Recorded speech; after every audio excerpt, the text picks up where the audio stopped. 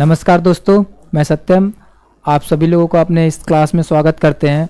जैसा कि आप लोगों को कन्फ्यूजिंग थी ग्लोब और अक्षांश और देशांतर रेखाओं को लेकर के, तो आज हम उसी कन्फ्यूज़न को दूर करने आए हैं, जिसकी लोग थोड़ा सा ग्लोब को पहचान नहीं पाते हैं, ग्लोब को समझ नहीं पाते हैं कि आखिर ये अक्षांश और देशांतर रेखाएं होती क्या हैं। तो आज हम इसको आप लोगों को समझाने की कोशिश करेंगे, ठीक है। देखिए मित्रों, ग्लोब क्या होता है। ग्लोब एक पृथ्वी की काल्पनिक रेखा होती है। ग्लोब क्या होता है, एक पृथ्वी की क्या होती है, काल्पनिक रेखा होती है। ओ तेरी,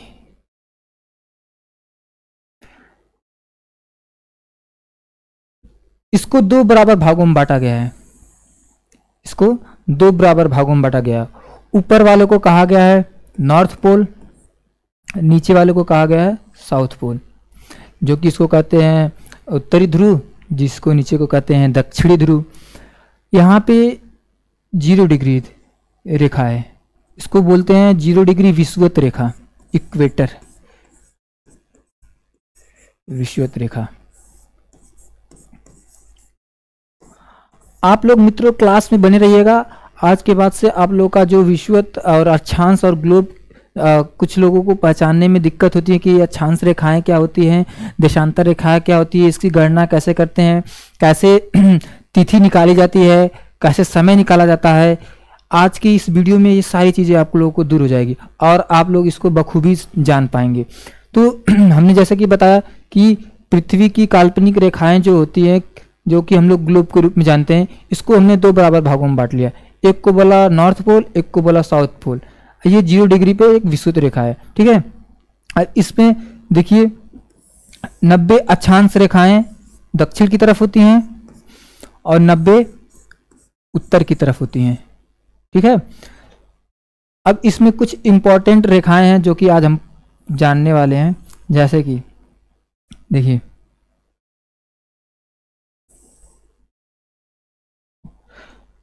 ये 23.5 डिग्री पे इधर मकर रेखा होती है,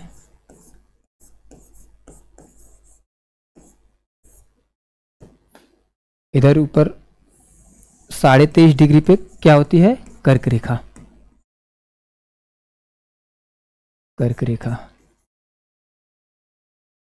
इधर नीचे 66.5 डिग्री पे ये होती है अंटार्कटिक।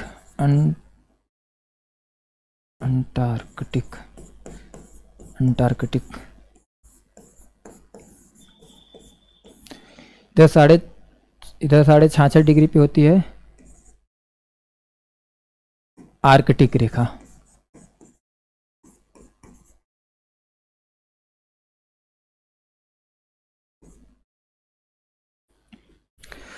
अब अक्षांश रेखाएं, अब आप लोगों से पूछेगा क्वेश्चन एग्जाम में कि अक्षांश रेखाओं की संख्या कितनी होती है।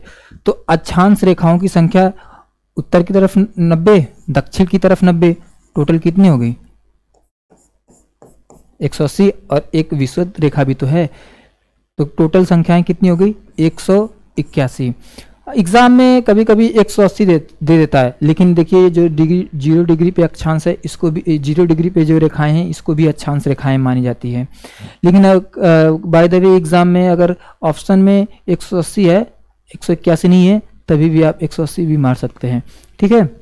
अब देखिए, ये तो हो गई बात अक्षांश रेखाएं। अब हमारा भारत देखिए यहीं पे स्थित है, उत्तर पूर्व में हमारा भारत जो है यहीं पे स्थित है।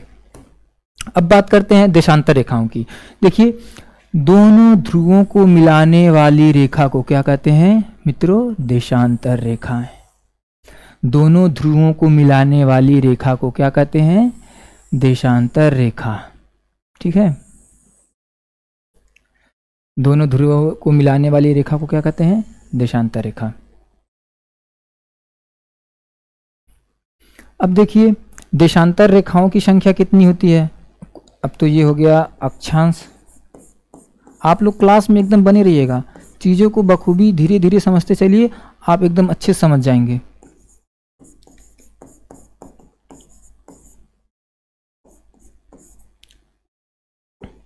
देशांतर रेखाओं की संख्या कितनी होती है। अब देखिए इधर हम जाएंगे, पूर्व की तरफ जाएंगे तो 180, फिर उसके बाद इधर पश्चिम की तरफ जाएंगे तो 180, यानी इधर को बोलते हैं ईस्ट, इधर को बोलते हैं वेस्ट। ठीक है, तो देशांतर रेखाओं की संख्या कितनी हो गई, 180 प्लस 180 कितनी हो गई मित्रों, 360। ठीक है, तो क्वेश्चन आप लोगों से पूछेगा कि देशांतर की संख्याएं कितनी हैं, तो 180 कितनी होगी, 60। देखिए यही 0 डिग्री है। अभी हम लोग को आप लोगों को बताएंगे कि तिथि कैसे निकाल जाती है और समय कैसे निकाल जाती है। एकदम बन रही है, एकदम आराम से देखिए, एकदम घबराने की जरूरत नहीं है बाबू, एकदम आराम से बैठे रहो। ठीक है, तो हम देख लिए अक्षांश रेखाएं और देशांतर रेखाएं। अब देखिए कोई भी देश है, वहाँ का समय कैसे निर्धारित हुआ, कब निर्धारित हुआ, इसकी बात सन 1884 में अमेरिका के वाशिंगटन डीसी में एक बैठक हुई, जिसमें 0 डिग्री को मित्रों, जिसमें 0 डिग्री को समय रेखा के लिए माना गया और 180 डिग्री को तिथि रेखा के रूप में माना गया। ये अब कुछ लोगों को डेट ये भूल जाती है कि ये 1884 याद करेंगे, जैसे सबका अपना अपना ट्रिक होता है। जैसे कि हमारा ट्रिक ये रहा कि जैसे कि कांग्रेस की स्थापना 1885 में हुई थी, तो मैं उससे 1 साल पीछे आ जाता हूँ तो मुझे ये डेट याद आती है। तो बहुत लोगों को सन याद करने में हम समझ सकते हैं, और हमारे भी समस्याएं हो जाती हैं कि सन को बहुत जल्दी दिमाग से निकल जाता है, भूल जाते हैं।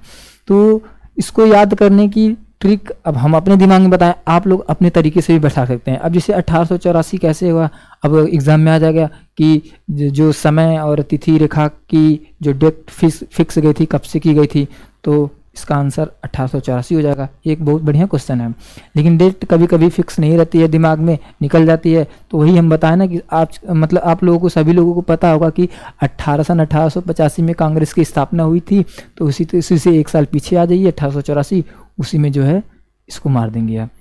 अब बात करते हैं कि जो 0 डिग्री को समय रेखा और 180 डिग्री को तिथि रेखा माना गया, ये 0 डिग्री को समय रेखा इंग्लैंड के ग्रीनविच शहर है, इंग्लैंड का एक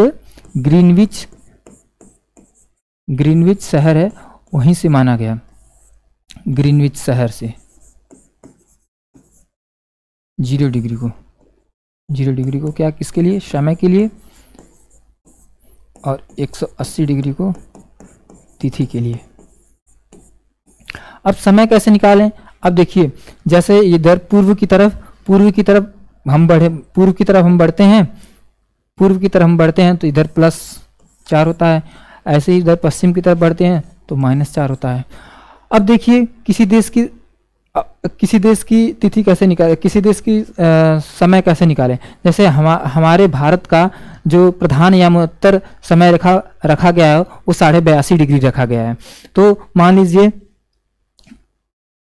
कि हमारे भारत का ही समय निकालना है। मान लीजिए भारत का जो प्रधान यामोत्तर रखा गया है वो 82.5 डिग्री रखा गया है। हमारा भारत पूर्व की तरफ पड़ता है, तो इससे क्या करेंगे, 182 में 4 से मल्टीप्लाई करेंगे तो 182 तो कितना जाएगा, ये 330। ये किस में आया, ये मिनट में आया। इसको घंटे में चेंज करेंगे तो लगभग 5.5 घंटा। अब देखिए अगर भारत में अगर कोई देश जो है, भारत में है, अगर भारत में अगर समय जो है मान लीजिए 12 बज रहा है, तो वही चीज़ अगर इधर पश्चिमी की तरफ कोई देश की बात करेंगे तो वो क्या हो जाएगा, 5.5 घंटा बढ़ जाएगा। बाय द वे इधर इंग्लैंड वगैरह इधर पढ़ते हैं, मान लीजिए इंग्लैंड में क्या नाम है कि 5 बज रहा है, तो यहाँ पे कितना बचेगा, तो यहाँ पे 10:30 बजेगा। तो इधर हमारा भारत क्या है, इधर पूर्व की तरफ है, तो इधर क्या होता है, +4 होता है और इधर -4 होता है। अब इधर मान लीजिए इधर कोई देश है, मान लीजिए कोई इधर की भी एक एग्जांपल ले लेते हैं। मान लीजिए इधर कोई एक देश है, उसकी मतलब सभी देशों की प्रधान यामोत्तर एक रेखा मानी गई, जैसे भारत की 82.5 डिग्री मानी गई। मान लीजिए इधर कोई देश है, मान लीजिए उसकी जो है 30 डिग्री मान लीजिए मानी गई है, तो कितना हो जाएगा 120 मिनट। 120 मिनट हो गया। 120 मिनट को अगर घंटे में चेंज करेंगे तो 2 घंटा हो जाएगा। तो अगर मान लीजिए इधर कोई किसी देश में अगर 10 बज रहा है तो इधर भारत में कितना बजेगा, तो वही 2 प्लस हो जाएगा, तो इधर कितना बजेगा 12 बजेगा। तो इस तरीके से मान लीजिए देश है, किसी देश का हम निकालें कि वहाँ की यमनोत्तर जो समय रेखा है उसको 30 डिग्री मानी गई है। मान लीजिए वहाँ की जैसे हमारे भारत की 82.5 डिग्री है, मान लीजिए किसी देश इधर में कोई होगा तो उसकी 30 डिग्री है, तो उसको हम निकालें तो 120 हुआ। अब कितना घंटा आगे हुआ 2 घंटा। तो अब इधर क्या करेंगे प्लस हो जाएगा, और जैसे ही इधर आएंगे तो इधर माइनस हो जाएगा। ठीक है, तो अब क्वेश्चन आप लोगों से इसी टाइप से पूछता है, और इसमें बहुत बड़ा कोई चीज़ नहीं है। अभी पूछता है जैसे कि कर्क रेखाएं, भारत में जो देखिए भारत में कर्क रेखाएं पड़ती हैं, कर्क रेखा से भारत के कितने राज्य होकर गुजरते हैं, इस तरह के कुछ अक्षांश रेखाएं और देशांतर रेखाओं की संख्याएं कितनी होती हैं, विषुवत रेखा क्या है, मकर रेखा कितने डिग्री पे है नीचे। ठीक है, तो इस तरीके से क्वेश्चन मिलते हैं। एक क्वेश्चन और देखिए कि जो अक्षांश रेखाएं होती हैं, जो अक्षांश रेखाएं होती हैं इनके जो बीच की दूरी होती है 111 किलोमीटर होती है। ठीक है मित्रों, अक्षांश रेखाओं के बीच की दूरी जो होती है वो 111 किलोमीटर होती है। ठीक है, अगर वहीं देशांतर रेखाओं के बीच की दूरी बात कर लें तो इसके बीच की दूरी होती है 111.3 किलोमीटर। क्वेश्चन पूछता है आप लोगों से ये भी कि देशांतर कहाँ पे देशांतर रेखाओं के बीच की संख्या ज़्यादा होती है, तो वो होती है ध्रुव, यहाँ पे विषुवत रेखा पर। यहाँ पे क्या होती है, जो देशांतर रेखाओं की दूरी होती है ज़्यादा होती है, और कहाँ पे कम होती है, तो वो होती है यहाँ ध्रुव पे, यहाँ 0 डिग्री पे। देखिए यहाँ पे कम होती है। ठीक है, अब हम लोग समय निकालना जान गए। ठीक है, अब जानते हैं तिथि कैसे निकालते हैं। दिख रहा है ना, सही से नोट करते चलना। अब देखिए तिथि कैसे निकालते हैं।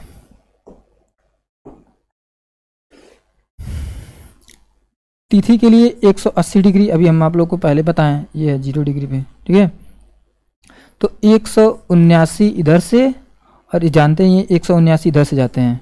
ठीक है, तो अगर कोई भी देश में अगर यहाँ 24 तारीख है, ठीक है, अगर यहाँ 24 तारीख है तो यहाँ कितना हो जाएगा 23।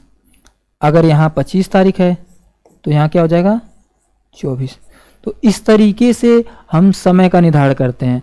बात आती है एग्ज़ाम की कि पूछ देगा आप लोगों से एग्ज़ाम में कि 0 डिग्री का इस्तेमाल किस लिए किया जाता है, 180 डिग्री का इस्तेमाल किस लिए किया जाता है, भारत किस गोलार्ध में स्थित है, तो उत्तरी गोलार्ध में स्थित है। ठीक है, भारत में जो कर्क रेखा है उससे कितने राज्य होकर गुजरते हैं, तो वो एक, ठीक है ना, मित्र पर गमछा जाल, सभी लोगों को तुमको पता है ना, हाँ सभी लोगों को पता हो। और फिर उसके बाद मिनट, ये देखिए क्या बोलते हैं, कैसे हम समय को निकालें। जैसे कि किसी भी देश का समय प्रधान एवं उत्तर रेखाएं पता रहेंगी तो उससे हम निकाल लेंगे समय, जैसे कि अभी हम निकालें। फिर इधर भी इसी तरीके से हम जो है तिथि निकालें। ठीक है, तो उम्मीद होगा कि समझ में आप लोग को आ गया होगा कि ये ध्रुव क्या होते हैं, ये किस प्रकार हम इसको समझा जा सकता है। हमें एक छोटी सी वीडियो में हम आप लोगों को ये बताना चाहा जो इम्पोर्टेंट है। ध्रुव से मुझे लगता है कि इससे बाहर कुछ नहीं जाने वाला है। ठीक है, और जो भी कुछ क्वेश्चन बनने वाला है और लोगों को जो भी कंफ्यूजन था इससे कि समय कैसे निकाला जाता है, तिथि कैसे निकाला जाता है, विषुवत रेखा क्या होती है, अक्षांश रेखाएं क्या होती है, देशांतर रेखाएं क्या होती हैं, कैसे ये कार्य करती हैं, तो उम्मीद होगी कि ये सभी को आप लोगों को समझ में आ गया होगा। ठीक है, तो क्या ये 1884 में हुई थी, ये 1884 में इंग्लैंड में, अरे इंग्लैंड कर रहे हैं, वाशिंगटन डीसी में बैठक हुई थी ना 1884 में अमेरिका की।